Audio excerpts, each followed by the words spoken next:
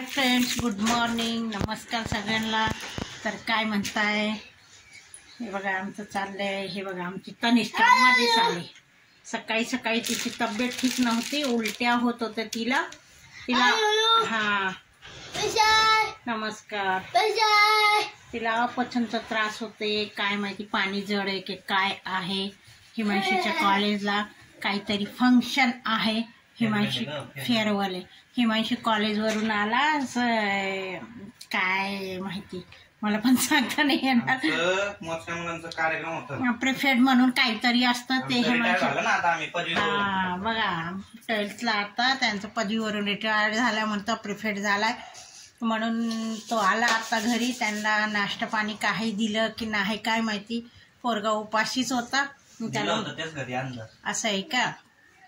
बरं तर काय आणले बघा. केळी होती, इडली होती आणि केक होता. तर हे बघा आता त्यांचा चाललाय मेकअप आमच्या हिमांशूचा. आता हे फेअरवेलची तयारी चालू आहे. मुलं आले घरी.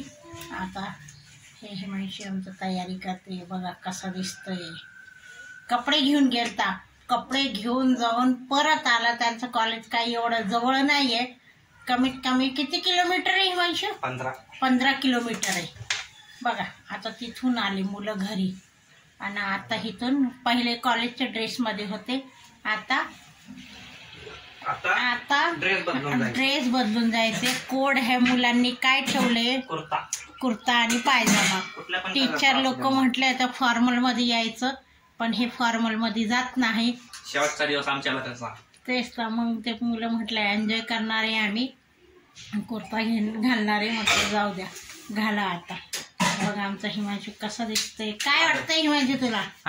आता कॉलेजचे शेवटचे दिवस कॉलेज आता काय नाही. हा मस्त एन्जॉय करणार. एन्जॉय काय करणार आहे आता? महिनाभर ह्यांचे तगडायचे दिवस आले.